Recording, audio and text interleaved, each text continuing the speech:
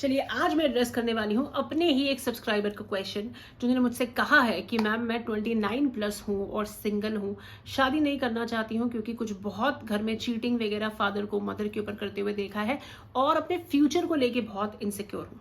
ठीक है, तो आज मैं आपके साथ शेयर करने वाली हूँ और एक्चुअली मुझसे मेरी एज भी पूछी है। सो मैं 30 प्लस तो नहीं हूँ, I am 40 plus and still single, happily single.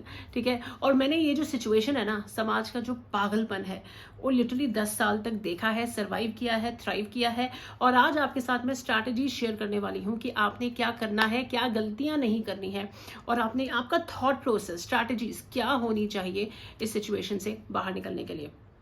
सबसे पहले तो ये समाज का रूल है यार। अगर आपको इनसिक्योरिटी फील हो रही है ना कि मतलब कोई लड़का आएगा मुझे सिक्योरिटी दे, कौन किसने बोला? ये पिंकी मासी ने, जो आई थी आपके घर और आपको कह के गई है कि बड़ा सुना हमने तेरे बारे में आजकल, बड़ा माँ बाप को तूने तंग कर रखा है, शादी क्यों नहीं कर रही है? उनकी बात पे यकीन कर रहे हो? या पड़ोस वाली चड्डा आंटी जो आपको बालकनी में दिखाई दे जाती है चाय पीते हुए और देख के मुंह बनाती है, किन की बातों पे विश्वास कर रहे हो यार? टाइम आगे जा चुका है।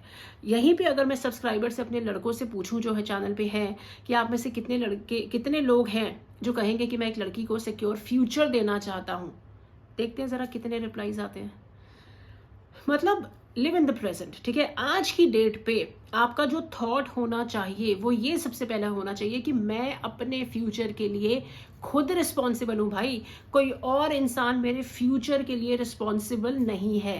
And I am more than enough. Let me tell you, जो लोग आपको बोल रहे हैं ना, वो बोल रहे हैं लेट देम स्पीक, इलिटरेट्स हैं। आपकी क्या सोच है आपके बारे में? And let me tell you, ये आपने जो कॉन्सेप्ट इस टाइम पे सबसे ज्यादा प्रैक्टिस करना है ना, that is called positive self talk.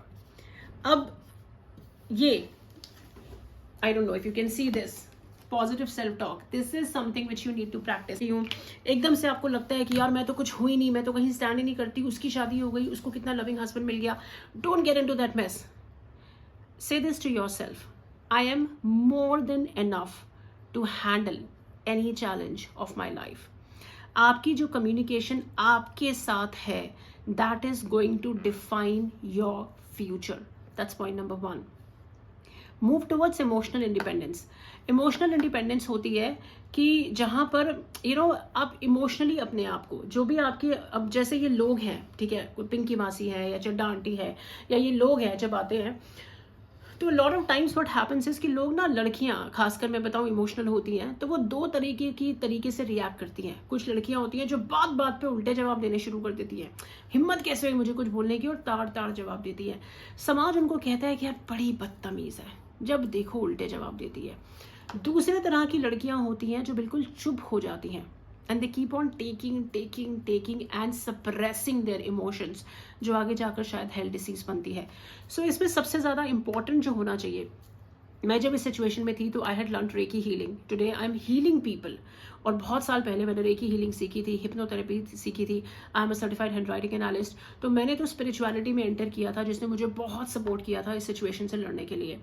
And most important thing is कि आपका जो आप इमोशंस को प्रोसेस कर रहे हो ना, ये जो आपके ऊपर अटैक्स हो रहे हैं, सच में अगर आप इन अटैक से बचना चाहते हो, मेंटली अपने आप को स्ट्रांग बनाना चाहते हो, हर दिन आपको at least one sport you have to start practising. चाहे आप जॉगिंग शुरू करो, चाहे आप डेली वॉक करना शुरू करो, चाहे आप टेबल टेनिस खेलो, बैडमिंटन खेलो, शौक पाल लो, हॉबी डेवलप कर लो कि मुझे एक स्पोर्ट जरूर खेलना है। जब भी आप किसी स्पोर्ट्स को प्रैक्टिस करना शुरू करते हो, खेलना शुरू करते हो ना, आपकी मेंटल रेजिलियंस, मेंटल स्ट्रेंथ भी बढ़ती है।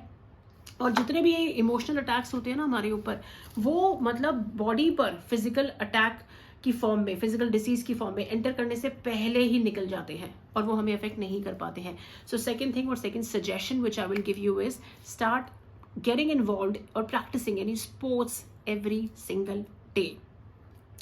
Number 3, coming back to a second point से ही रिलेटेड है, जो बहुत इंपॉर्टेंट है, कि जब लोग आपके ऊपर अटैक कर रहे होते हैं, ठीक है, आपने जो हाईवे नहीं लेना, उल्टे जवाब नहीं देने, और जब आप हर चीज़ में चुप हो जाते हो, साइलेंट हो जाते हो कि मेरे को जो है कुछ बोलना नहीं है, आपने साइलेंस, मैं कहती हूँ बहुत पावरफुल होता है, but you have to develop the emotional intelligence की कहाँ मुझे जवाब देना है उल्टा, कहाँ जवाब नहीं देना है। और थोड़ा सा ना सेंस ऑफ ह्यूमर डेवलप कर लो, बढ़िया सा, जो आपके ना कमबैक्स होने चाहिए। आपको कोई जवाब कुछ उल्टा बोले ना, आप मतलब ऐसे मक्खन की तरह आपके कमबैक्स आने चाहिए ऐसे लोगों के लिए, सो दैट सामने वाले को पता हो कि यार इसको मैं कुछ कह नहीं सकता। She has a strong boundary around herself. So जब हम कहते हैं हमारी स्ट्रॉन्ग बाउंड्री होती है ना, उससे लोगों को डर लगता है हमें कुछ कहने पे, हम पे कुछ अटैक करने पे और किसी भी तरीके से हमें परेशान करने में। And last but not the least, जो मोस्ट इम्पॉर्टेंट पॉइंट है वो ये है कि आपको अपने करियर के ऊपर इस टाइम पे, अगर आपको लग रहा है कि मैं लड़के के ऊपर, कोई बॉयफ्रेंड नहीं है, कोई रिलेशनशिप नहीं है और मुझे खुद अपनी जिम्मेदारी उठानी है, तो एक सॉलिड करियर तो होना चाहिए। तो आपका फोकस होना चाहिए कि मैं अपने आप को कैसे बिल्ड करूं, अपने करियर को कैसे बिल्ड करूं, क्या मेरी स्ट्रैटेजी होनी चाहिए, क्या क्या चीज़ें हैं जो मुझे इस टाइम पे ज़रूरत है अपने आप को प्रोफेशनली बिल्ड करने की। अपनी एनर्जीज़ को वहाँ इन्वेस्ट करना शुरू करो।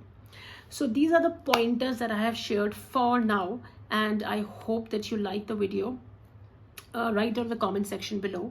और ऐसे कमेंट्स मुझे करते रहे करो, बिकॉज आप लोग जो शेयर करते हो अपने थॉट्स, अपने फीलिंग्स और आपकी लाइफ में जो हो रहा है, it really helps me understand and come back with better sense of videos.